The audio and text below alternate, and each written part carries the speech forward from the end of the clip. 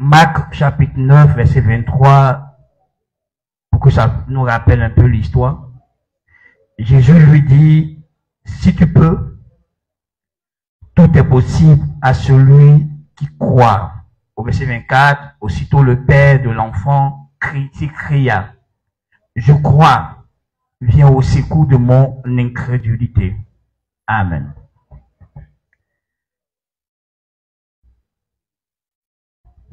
L'histoire dans laquelle ces deux phrases ou ces deux versets ont été prononcés, c'est l'histoire d'un jeune homme qui, depuis son enfance, était malade, tourmenté par un mauvais esprit, qui avait tenté plusieurs fois de lui ôter la vie en le jetant dans l'eau, à d'autres occasions en le jetant dans le feu. Mais l'enfant a survécu jusqu'au jour où son père l'a envoyé d'abord aux disciples de Jésus-Christ pour qu'ils puissent aider cet enfant, mais ils n'ont pas pu. Ils n'ont pas pu l'aider, ils n'ont pas pu le soulager, ils n'ont pas pu le débarrasser de ce mauvais esprit. Et Jésus est arrivé. Il a demandé ce qui s'est passé, on lui a expliqué. Jésus a repris ses disciples sur leur incrédulité. Et puis Jésus a chassé l'esprit. Mais avant que Jésus ne chasse l'esprit, lorsqu'on lui a expliqué l'histoire, le père de l'enfant dira à Jésus, si tu peux nous venir en aide, si tu peux faire quelque chose. Et Jésus va répondre au père, si tu peux, tout est possible à celui qui croit. Je veux utiliser cette histoire pour nous encourager, mais aussi nous partager quelque chose de simple. Notre thème de ce soir, c'est en Christ, un monde de toute possibilité nous est offert. En Christ, un monde de toute possibilité nous est offert. Normalement, le mot impossible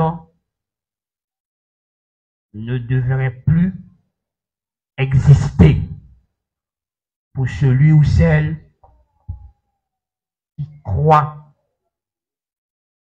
en la personne de Jésus-Christ. Pour celui ou celle qui a placé consciemment et volontairement sa confiance en Jésus-Christ.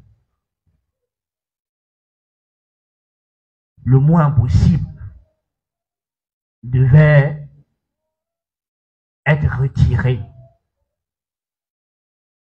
de ton vocable, de ton vocabulaire, de ta vie. Si tu as réellement cru, parce que Jésus dit à ce Père que tout est possible à celui qui croit.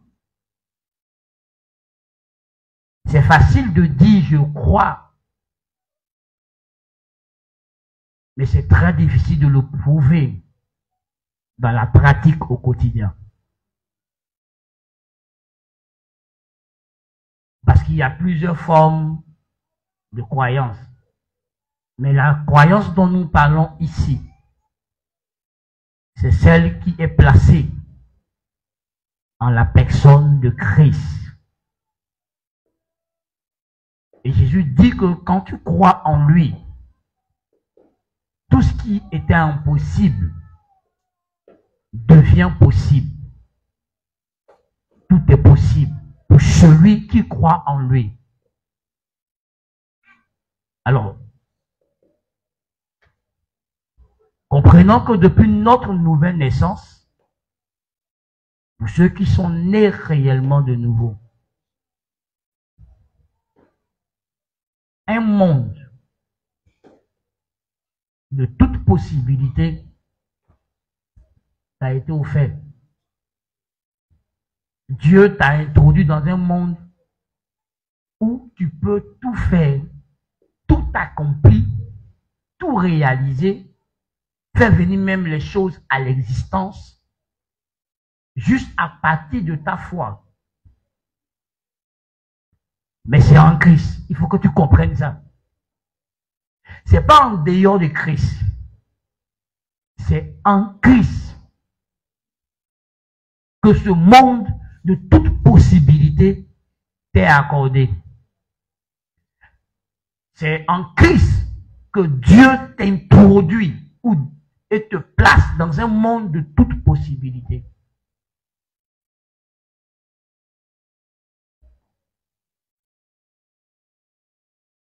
Pourquoi?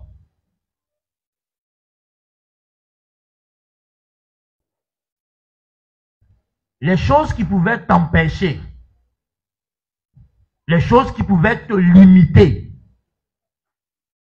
ont été résolues par Christ. Premièrement, ton vieil homme, monsieur le moi, monsieur la chair, qui pouvait t'empêcher dans certaines choses, a été crucifié. En Romains, chapitre 6, verset 6, la Bible dit, sachant que notre vieil homme a été crucifié avec le Christ. Le problème de l'être humain, c'était le fait qu'il avait hérité d'Adam, la nature adamique, une nature pécheresse, une nature corrompue. Mais en Christ, ça a été résolu. Dieu a réglé le problème de ton vieil homme qui pouvait t'empêcher d'accéder à des dimensions plus élevées de l'être humain. Donc tu n'es pas un être uniquement charnel. Depuis que tu es en Christ, tu es un être spirituel. Et la dimension spirituelle ne peut pas être contrôlée par la dimension matérielle. C'est pas possible que les lois naturelles arrêtent quelqu'un qui est vraiment spirituel. Vous voyez dans le catalogue des héros de la foi, dans Hébreux 11, on dit par la foi ils ont fait ceci, par la foi ils ont fait ceci, par la foi ils ont fait ceci. Par la foi ils ont fait des choses qui n'étaient pas humainement possibles. Comme Sarah, par la foi, étant avancée en âge, elle a été capable de devenir mère. Donc la foi a redonné la vie à tous ces organes de procréation qui étaient dans un état de mort. Parce qu'elle a cru. Par la foi, Abraham est allé dans un lieu qu'il ne connaissait pas. Mais il a reconnu ce lieu-là par la foi. Lorsqu'il a entendu la voix de Dieu qui lui a dit, lève les yeux, tu es à Canaan. Par la foi, à main nue, David a affronté des ours, David a affronté des lions. Ce n'est pas des fables, ce sont des faits, des choses qui sont réellement produites dans la vie de ces personnes. Par la foi, Samson a tué un lion en le déchirant en deux. Par cette même foi, il a pris le crâne d'un lion et il a tué plus de 1000 soldats philistins. Donc quand tu lis ces faits, ce sont des faits, ce n'est pas des fables, des histoires de vieilles femmes racontées. Ce sont des faits, des choses qui ont eu lieu, qui se sont produites. Par la foi, David a tué quelqu'un qui faisait 2 fois sa taille, un géant du nom de Goliath, avec une seule pierre et une fronde. Quand tu lis ces histoires, ce sont des faits, des choses qui sont produites. Par la foi, Moïse a fendu la mer Rouge. Par la foi, Moïse a fait apparaître 10 plaies en Égypte. Par la foi, il a permis au peuple de marcher entre les 2 blocs de mer à sec. Par la foi, il a fait sortir de l'eau du rocher et a abreuvé le peuple dans le désert. Donc ce sont des faits, des choses qui ont vraiment eu lieu, qui sont vraiment produits, qui sont dans la Bible. Par la foi, des gens comme Pierre ont fait marcher des paralytiques, ont ressuscité des morts, et j'en passe. Et la Bible dit, noir sur blanc, en Marc 16, 17, que voici les miracles qui accompagneront ceux qui auront cru. Donc si tu as cru, tu es censé être un producteur de miracles, être un producteur d'événements surnaturels dans ta vie et au travers de ta vie. Tu es censé faire des choses que le monde qui ne connaît pas Jésus doit le voir, le constater et être étonné. Et ça, c'est pas la foi. Donc, frères et sœurs, si le problème de la nature pécheresse a été réglé par Christ et que tu y crois, tu es censé être au-dessus de cette nature. Tu es censé maintenant, en Christ, être participant de la nouvelle nature. Donc, tu as la foi de Dieu en toi. Et c'est par cette foi-là que tu es censé opérer. Donc, si tu opères par la foi qui vient de Dieu, la foi de Dieu, tu es censé avoir les mêmes résultats que Dieu et aller même au-delà.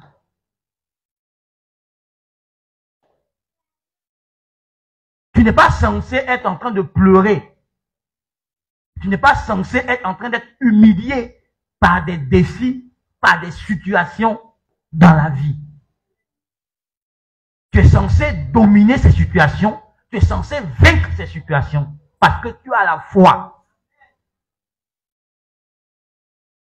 Tu me diras, mais pasteur, les sorciers existent, les démons existent, Satan même existe. J'ai une bonne nouvelle pour toi. Satan ne peut pas t'arrêter. Parce que l'élément qu'on prend pour arrêter le diable, l'élément qu'on prend pour vaincre le diable, tu l'as. Tu as la foi. Et la foi est censée être un bouclier spirituel qui te permet d'arrêter tous les traits enflammés du diable.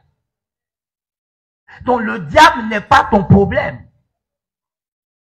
Et le diable ne sera pas un problème pour celui qui a la foi.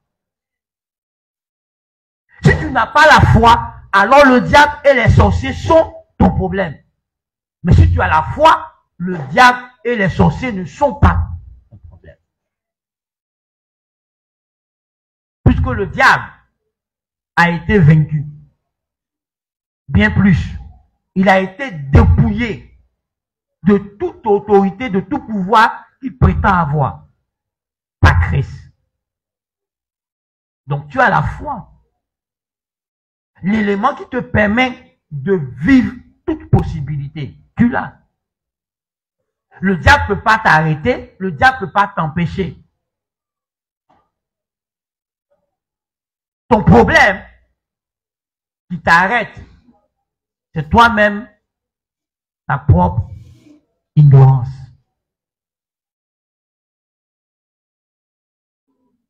Parce que tu ignores ces choses. Tu ne les comprends pas. Parce que pour les accepter, il faut les comprendre. Tu lis la Bible, c'est vrai, mais tu ne la comprends pas. Et aussi longtemps que tu ne comprends pas, le diable lui profite de ton ignorance, qui est ta propre destruction. Frère, je ne parle pas d'une vie ordinaire. Ce que nous vivons là, c'est une vie ordinaire.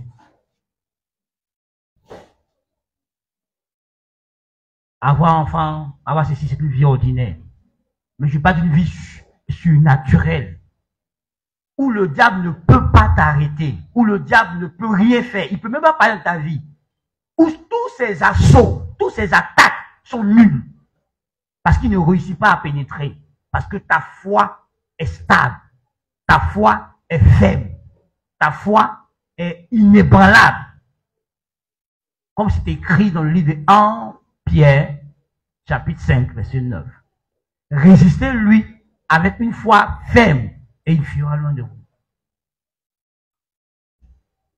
Frère, Dieu a fait en sorte que tu sois quelqu'un qu'on ne peut pas arrêter. Le monde des ténèbres ne peut pas t'arrêter. Les hommes aussi ne peuvent pas t'arrêter. Parce que tu as la foi. Et comme dit l'évêque David Oyedepo, la foi est un pouvoir illimité que Dieu a mis à la disposition des fils et des filles de Dieu. Et la Bible t'a invité à vivre par la foi. Mais pourquoi? Parce que ça te permettra de jouir et de vivre pleinement de la vie que le Christ a pour toi. Tu ne peux pas vivre autrement et puis plaire à Dieu si ce n'est que par la foi. Tu ne peux pas vivre autrement et puis réussir à posséder tout ce que Dieu t'a donné par héritage en Christ si tu ne vis pas par la foi.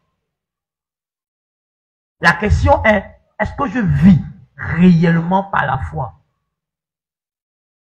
Parce que la Bible dit, en Matthieu chapitre 21, verset 22, tout ce que vous demanderez en priant avec foi vous sera donné. Tout ce que vous demanderez en priant avec foi. Donc, je veux que tu comprennes. Il est possible pour toi de quitter l'échec pour un succès que aucun membre de ta famille n'a jamais connu. Il est possible pour toi de réécrire l'histoire de ta vie. Il est possible pour toi de transformer tes échecs passés en succès. Il est possible pour toi d'avoir une vie meilleure, d'avoir les bonnes choses que Dieu a créées et d'en jouir. Il est possible pour toi d'accéder à des milieux de vie où, humainement parlant, ce n'était pas possible. Vous voyez, quand Sarah, humainement parlant, ne pouvait plus mettre au monde, elle a opéré par la foi. Elle a résolu son problème. Quand Anne ne pouvait pas mettre au monde, parce que par la voie naturelle, elle a opéré par la foi, elle a résolu son problème. Quand cette femme, qui a à peine 112 ans, ne pouvait pas guérir par la voie de la science, par la voie de la médecine, elle a opéré par la foi, elle a retrouvé sa guérison. Frère, quand la voie naturelle ou la voie scientifique ne peut rien pour toi, il te reste que la voie surnaturelle, la voie par la foi. Donc, si de façon naturelle, tu ne peux pas obtenir des choses, par la foi, tu peux l'obtenir. Par la foi, tu peux créer ton monde. Par la foi, tu peux améliorer ta vie. Par la foi, tu peux changer l'histoire de ta vie, même celle de ta famille. Par ta foi. Mais tu prends combien de temps pour nourrir, pour entretenir, pour bâtir, pour développer cette foi qui est essentielle pour toi?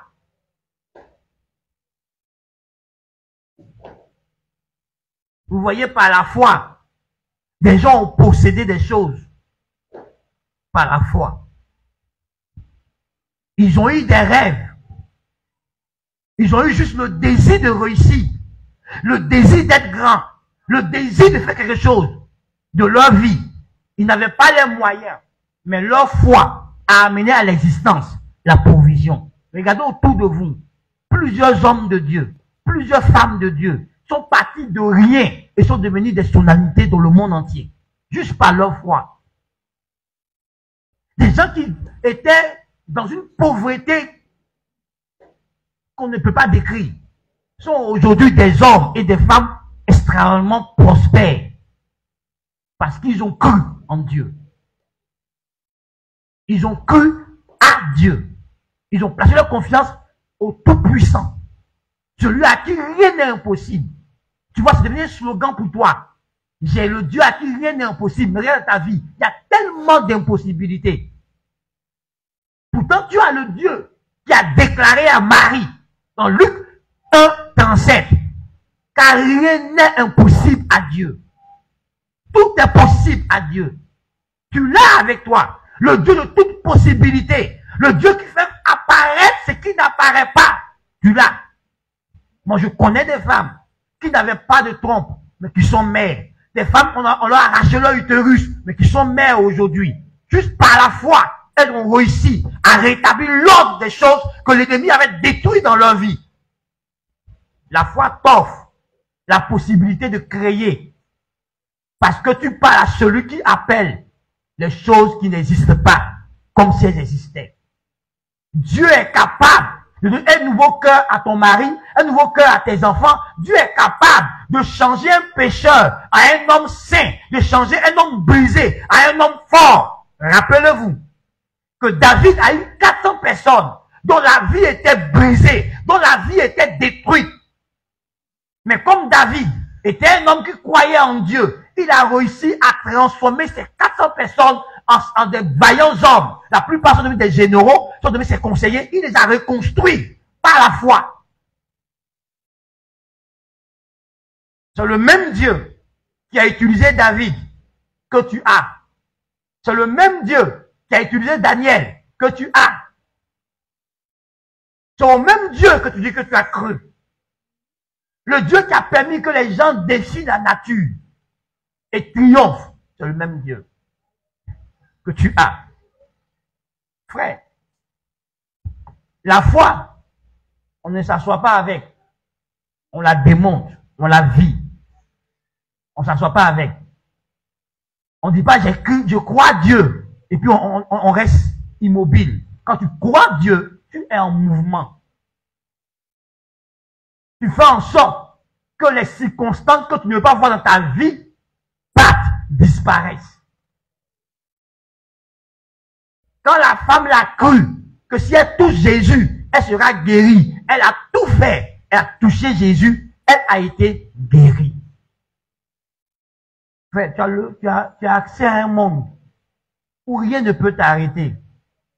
Où le diable n'est pas un problème. Tu es en Christ. À moins que tu ne sois pas en Christ. C'est à toi de te répondre à toi-même. Est-ce que je suis vraiment en Christ? La question n'est pas, est-ce que je vais à l'église? Est-ce que je suis membre d'une communauté? C'est pas ça le problème. Est-ce que tu es en Christ? Est-ce que spirituellement, tu as été placé en lui? Si tu es placé en Christ, tu as accès à tout. Tu me diras quoi, pasteur, dans ma famille, il y a la malédiction ancestrale, familiale. J'ai une bonne nouvelle pour toi. Jésus s'est fait malédiction pour que toi, tu ne sois pas maudit. Jésus t'a béni. En Christ, la Bible dit que Dieu nous a bénis de toutes sortes de bénédictions. Donc, tu es un béni. Tu es une personne favorisée par Dieu. Le ciel t'a favorisé. Tu as obtenu la grâce de Dieu, la faveur de Dieu. Tu l'as. Et en Christ, la Bible dit que nous sommes des sacrificateurs et des rois. Donc, nous avons une double faveur. On peut opérer dans le spirituel et opérer dans le physique. Tu as double onction. Tu as l'onction de la sacrificature et tu as l'onction royale. Donc, tu peux régner dans les deux mondes. C'est à toi de prendre conscience de ton identité, de ta position en Christ. Vous voyez, je causais avec un monsieur. Et puis on parlait dans le domaine de l'immobilier. Et puis, pendant qu'on parlait, il m'expliquait une chose, où un territoire qu'on devait lotir. Et les autorités d'office avaient droit à certains hectares de terre qui leur revenaient d'office. Pour que juste ils apposent leur signature, pour que ce secteur-là soit approuvé, et que le lotissement soit approuvé par l'État. Et depuis l'ordre hiérarchique jusqu'au préfet d'Abidjan. Tout cela, leur privilège de position, le fait qu'ils sont en position d'autorité, ça leur donne des privilèges d'avoir des portions de terre pour eux. Donc, ils jouissent de leur privilège, du fait d'être préfet, d'être sous-préfet, d'être ministre, d'être ceci. Et on leur donne des portions de terre sans qu'ils ne débauchent 5 francs, qui est dû à leur privilège, leur position d'autorité. Et toi, tu es censé être une autorité spirituelle dans le monde invisible. Donc, tu as des privilèges liés à ta position que tu n'utilises pas. Ta position en Christ te donne accès à des privilèges, à des droits que le diable reconnaît, que les démons reconnaissent, que la nature reconnaît. Mais c'est toi seul qui ne reconnais pas ça. Parce que tu n'es pas au courant que ta position en Christ t'offre des privilèges. Là où les autres luttent, toi, ta position en Christ a déjà mené la bataille pour toi. Tu devais juste comprendre et puis posséder.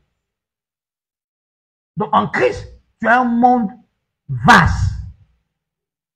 C'est à toi de discerner le couloir ou le domaine où Dieu veut régner avec toi, où Dieu veut que tu règnes, et puis t'installer dans ce domaine, et puis de régner. Frère, tu as un monde de toutes possibilités. Il est possible pour toi d'avoir beaucoup de choses que ton âme désire, auxquelles ton âme rêve. Il est possible pour toi. Mais c'est à toi de décoder, de voir les clés que le Seigneur met devant toi. Combien d'opportunités tu es en train de perdre, en train de rater? Parce que tu es rempli de doutes. Parce que tu es rempli de peur. Parce que tu es rempli de lamentation. Combien? Parce que tu crois qu'en Christ, tout va être facile. Tout ne sera pas facile en Christ. Dieu lui-même est conscient et nous a dit à celui qui vaincra. Donc si Dieu te dit à celui qui vaincra, c'est qu'il y a des guerres, il y a des batailles à mener. Parce que l'ennemi, malgré qu'il est vaincu, mais refuse d'être vaincu. Et il use de tromperie, il use de ruse, il use de subtilité pour pouvoir te voler, te piller. Enfin, écoute-moi. J'étais chrétien pendant longtemps et j'étais convaincu que malgré que je suis en Christ, le diable a un pouvoir sur moi. Le diable me commande. Donc, je vivais dans la peur d'être attaqué par le diable. Dans la peur qu'il fasse ceci. Au point où, même pour témoigner ce que Dieu fait, j'ai peur. Faut pas les sorciers vont entendre et puis ils vont m'attaquer. Est-ce que j'ai parlé à quelqu'un? J'avais peur. Parce que j'étais convaincu que même si je suis en Christ, le diable a un pouvoir sur moi. Jusqu'à un soir, un verset que j'ai lu plusieurs fois, sans rien comprendre. Pendant que j'étais en train de lire le verset, dans un jeûne de 3 jours, j'étais au 3e jour. Donc, je lisais le verset, après un temps de prière. Et puis Dieu a ouvert mon esprit. Et j'ai réalisé, et j'ai compris ce jour-là, que je suis l'autorité du diable. Que c'est pas le diable qui a le pouvoir sur moi, mais c'est moi qui ai le pouvoir sur lui. Je l'ai réalisé. Et ça a changé ma vie. Je ne te dis pas que Satan ne t'attaquera pas. Je te dis que tu es équipé de telle sorte que quand il t'attaque, tu as le pouvoir de détruire ses œuvres. Parce que tu as le pouvoir de marcher et de dominer le diable. Tu ne dois pas être dominé par le diable. C'est à toi de dominer le diable. Mais c'est à toi de comprendre que tu as un pouvoir à exercer sur lui. Tu as une autorité à exercer. Tu as le pouvoir de le chasser. Tu as le pouvoir de l'expulser. Le pouvoir de détruire ses œuvres. Tu as ça en toi par ta foi en Christ. Donc si tu subis, parce que tu veux subir,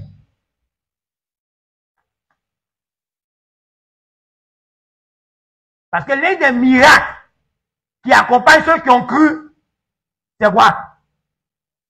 En mon nom, vous chasserez les démons. Donc c'est toi qui chasses le diable. Donc si tu refuses de le chasser, il sera assis dans ta maison, il sera assis dans ta vie et il va te limiter parce que tu refuses de le chasser. Parce que tu n'exerces pas l'autorité reçue. Écoute-moi. Dieu est là. Et puis le diable fait ce qu'il a fait faire dans ta vie. Pourquoi Dieu n'intervient pas? Parce qu'il t'a donné le pouvoir de le chasser. Donc si tu n'exerces pas ce pouvoir, le diable ne va pas partir. C'est pas tes pleurs, c'est pas tes lamentations, c'est pas tes crises de colère. Et puis tu mets ça sur tout le monde qui changera la situation. Chasse le diable. Dis-lui de quitter sur ton chemin pour que tu avances. Tu as l'autorité, tu as le pouvoir de le faire.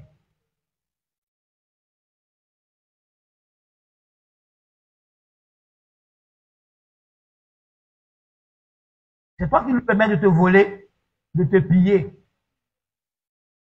C'est ton attitude intérieure face aux épreuves, face aux situations. C'est tout. Écoute-moi. Les mêmes situations, les mêmes épreuves, souvent même des épreuves pires que pour toi, arrivent à des hommes, à des femmes, et puis triomphent avec leur foi. Les mêmes épreuves, souvent même dans une dimension plus grande, arrivent à des personnes. Et par leur foi, ils s'en sortent, ils triomphent, ils remontent la pente. Donc le problème n'est pas Dieu, le problème n'est pas le diable, le problème c'est toi. C'est toi qui te prives de toutes les opportunités que Dieu t'a données.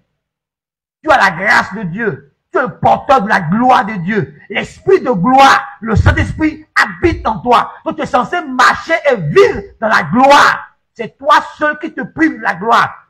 Comme il a dit à Matt et à sa sœur, ne t'ai-je pas dit que si tu crois, tu verras la gloire? Donc, si tu ne vois pas la gloire de Dieu, c'est ta foi que tu réussis pas à libérer dans des circonstances, dans des situations. La gloire est à ta portée. La gloire est en toi, puisque l'esprit de gloire habite en toi. Tu es censé être un homme, une femme qu'on doit honorer. Quand tu apparais, les gens doivent te respecter. Les gens doivent t'estimer. Parce que Dieu t'a honoré en Jésus-Christ. Dieu t'a distingué en Jésus-Christ. Dieu a fait de toi son représentant. Donc tu vas apparaître quelque part où on ne sentira pas la gloire de Dieu sur toi. Vous voyez, Joseph rentre sur Potiphar comme un esclave. Mais les quelques temps qui vont se passer, Potiphar va s'en rendre compte qu'il y a une présence étrange dans sa maison. Et il va s'en rendre compte par divination que Joseph en est le porteur. Alors il va distinguer Joseph devant tous les autres esclaves. Au point où, tellement il est distingué, la femme de Potiphar va le confondre à son mari. Elle ne verra plus que c'est un esclave. Parce qu'il ne s'habillait plus comme les autres esclaves. Il était établi au-dessus d'eux. Donc il était distingué. Frère, tu peux entrer quelque part. Mais les jours qui suivent, les temps qui suivent, on doit s'en rendre compte qu'une femme spéciale, qu'un homme spécial est parmi nous.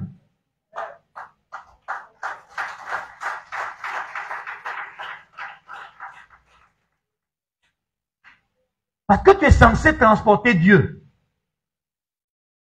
Est-ce que Dieu peut être quelque part et puis être silencieux? Et c'est qu'on s'en rende compte que Dieu est là. C'est pas possible.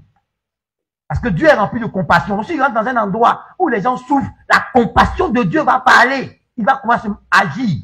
Donc tu ne peux pas porter Dieu en toi et entrer dans un endroit où les gens souffrent et tu n'apportes pas la consolation. Tu peux apporter Dieu en toi, entrer dans un endroit où les gens manquent d'amour et l'amour qui est en toi, l'amour de Dieu en toi ne coule pas pour toucher ces personnes. Frère, est-ce que tu portes Dieu? Tu ne peux pas porter Dieu sans que ta présence dans un endroit soit remarquée.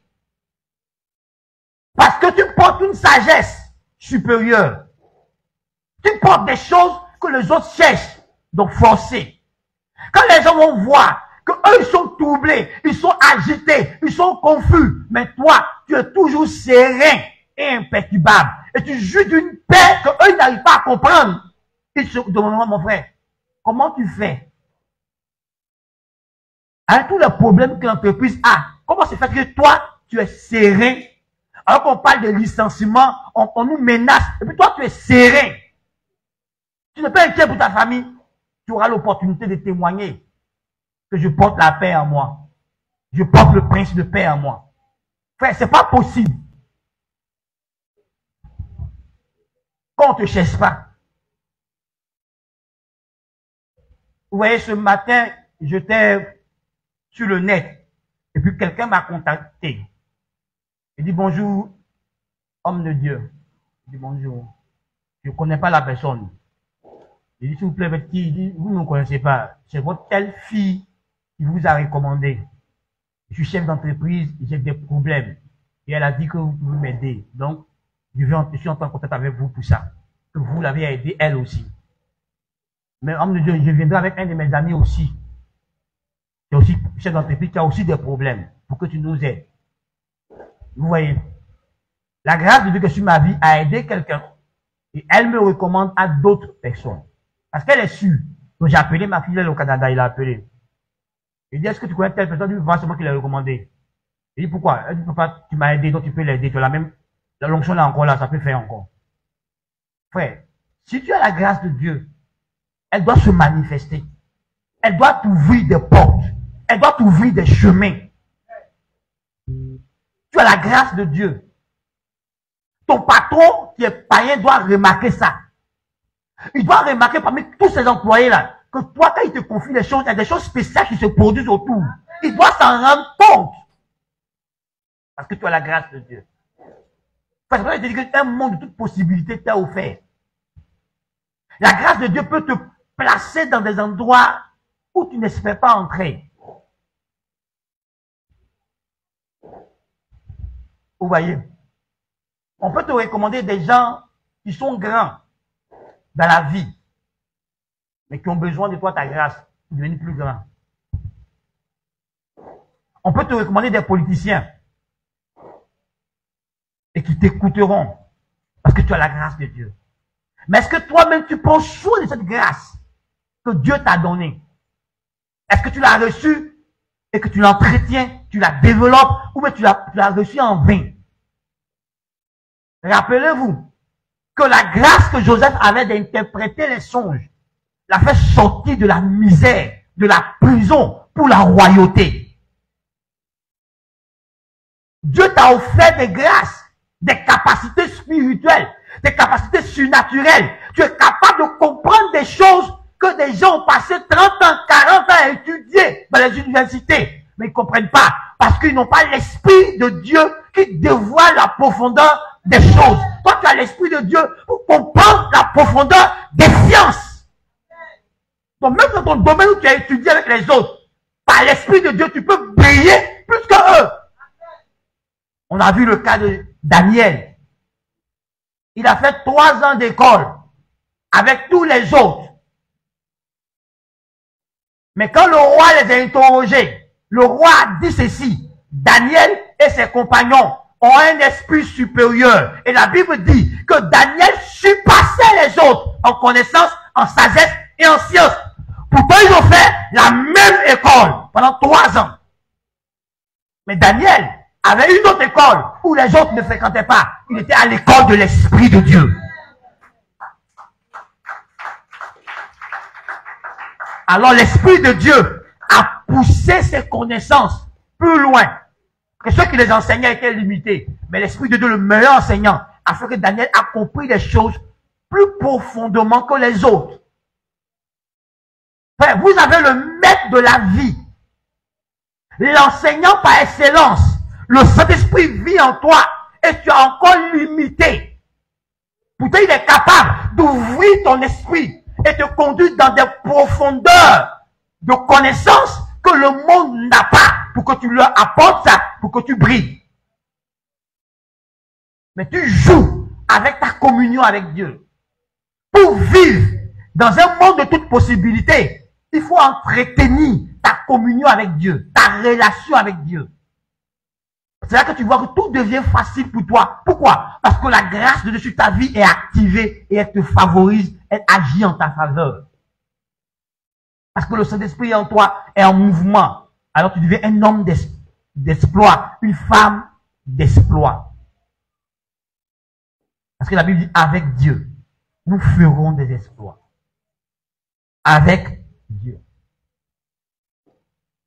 Frère, je veux juste t'encourager à comprendre qu'en Christ, tout est possible pour toi. C'est possible d'avoir un foyer en paix, un foyer épanoui, un foyer heureux, si tu es prêt à payer le prix. C'est possible de prospérer financièrement, de prospérer matériellement, tout en gardant ta foi. C'est possible d'accéder à des niveaux de connaissance, à des niveaux de sagesse que l'école humaine ne peut pas te donner. Mais juste pour ta communion, le Saint-Esprit, tu vas apprendre des choses que l'école ne peut pas t'apprendre. Mais que l'Esprit de Dieu peut t'apprendre, peut te le communiquer par révélation. Alors je t'encourage à entretenir ta foi, à entretenir ta communion avec Dieu et à être résolu à payer le prix pour vivre une vie meilleure. Quelqu'un a dit tout à l'heure, je pense que celle qui a fait l'allocution, elle dit que Jésus est mort pour que les brebis aient la vie et la vie en abondance. C'est possible de vivre la vie abondante. Et nous ici dans cette communauté, on croit que tout homme peut vivre pleinement la vie de Jésus-Christ. Que tout homme peut expérimenter la vie qui se trouve en Christ. Et c'est en ça que nous on croit. Et c'est dans ce but que nous on travaille. Amener tout homme à expérimenter l'unique vie, la vie de Christ, qui est une vie extraordinaire, une vie excellente en tout point. Mais pour ça, tu devras faire un choix entre la vie humaine que tu as connue depuis que tu es venu sur cette terre et la vie de Dieu. Tu devras rejeter la vie humaine pour épouser la vie de Dieu, qui est la vie de Christ. Tu ne peux pas garder les deux vies. La vie humaine et la vie de Christ ne vont pas ensemble. Tant que tu ne vas pas renoncer à toi pour le suivre, tu ne pourras pas expérimenter des choses. Vous voyez, j'ai accompli des choses dans ma vie avec un compte bancaire vide. Ce que je sais qu'on m'a appris, tu ne peux pas faire projet si tu n'as pas les moyens. Il faut d'abord trouver les moyens. J'ai accompli des choses avec un compte bancaire vide.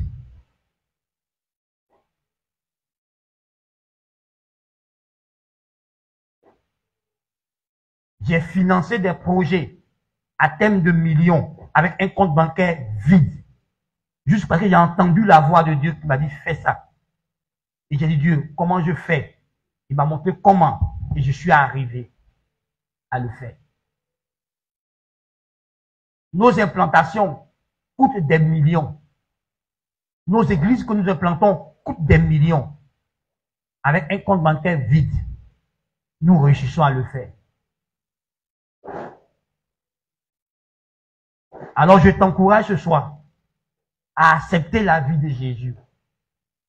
Je t'encourage ce soir, si tu veux vivre un monde de toutes possibilités, c'est accepter vraiment la vie de Jésus. Car c'est sa vie qui t'offre ce monde de toute possibilité. Par le Christ vivant en toi, il fera des choses qui vont t'étonner, qui vont te dépasser.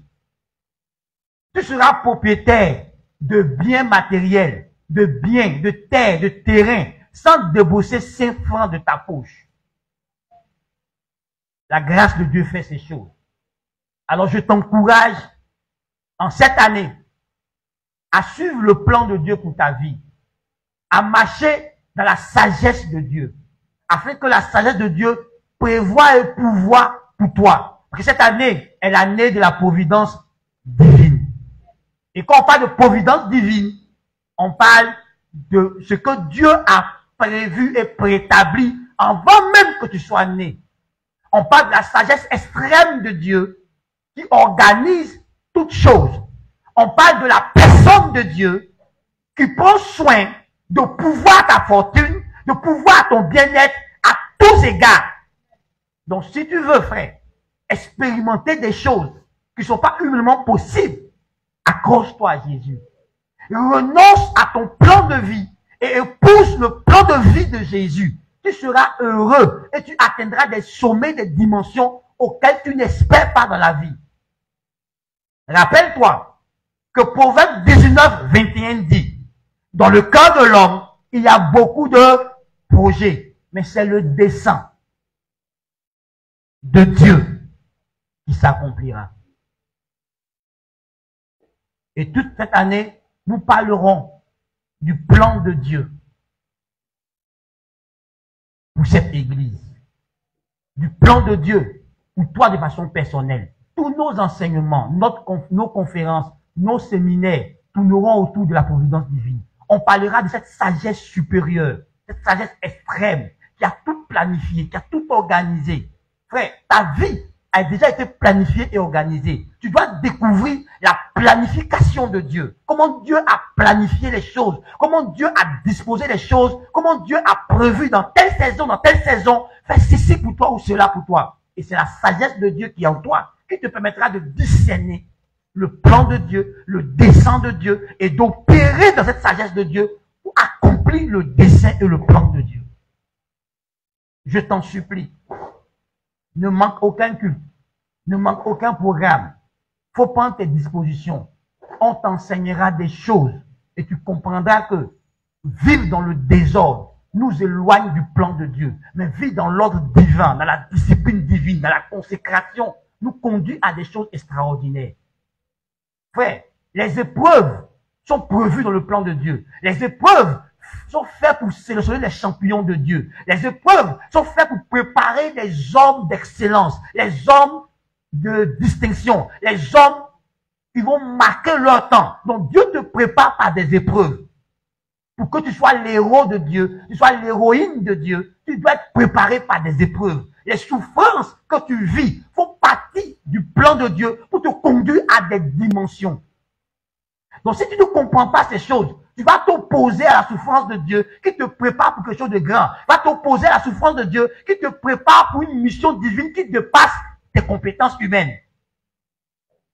Donc viens comprendre que ta vie a été planifiée dans le moindre détail. Ton mariage, le nombre d'enfants, tout a été planifié par Dieu. Et quand tu connais le plan de Dieu pour ta vie, tu ne vis pas dans la tristesse, tu ne vis pas dans les soucis. Pourquoi? Parce que tu sais pourquoi tu vis ça, ce que ça annonce, ce que ça prépare pour toi. Alors je t'en prie. Il y a longtemps que moi je marche dans la provision divine, dans la providence divine. J'ai mes gros cahiers écrits, des prophéties, des révélations que Dieu m'a données sur ma propre vie. Donc, il n'y a pas de hasard dans ma vie. Je marche dans le plan plat de Dieu. Donc, quelqu'un me dit, pasteur, il faut faire, tu vas voir ça.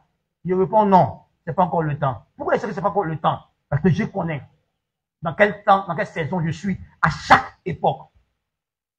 On ne vit pas comme vous vivez, dans le désordre.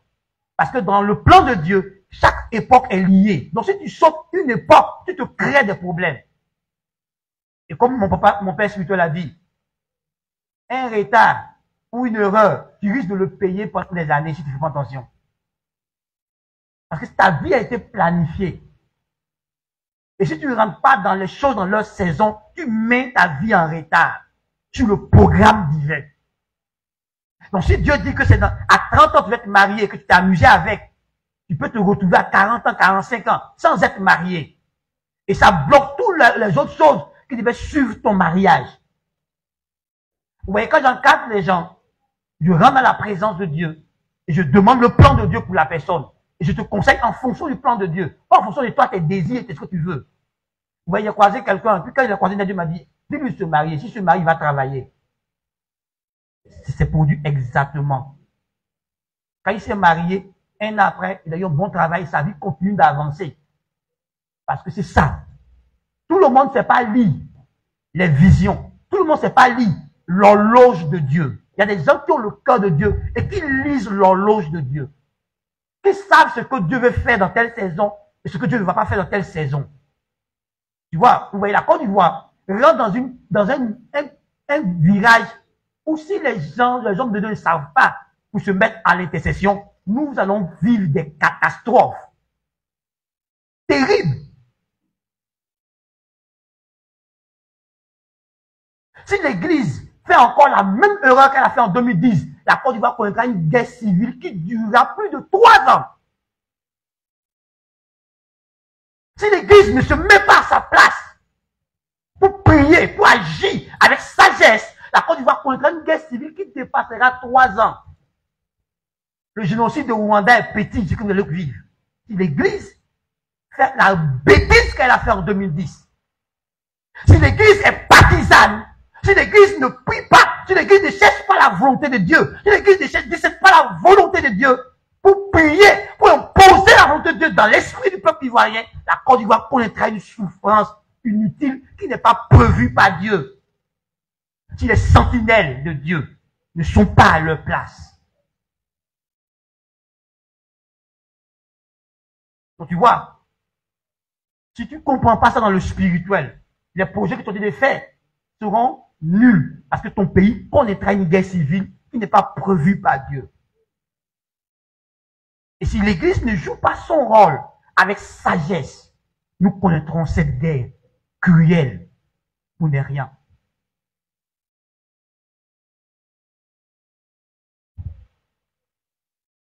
Et je préviens l'Église. Frère, je préviens l'Église. Allons prier pour notre nation. Allons demander que le plan de Dieu arrive. Il n'est pas question d'une personne.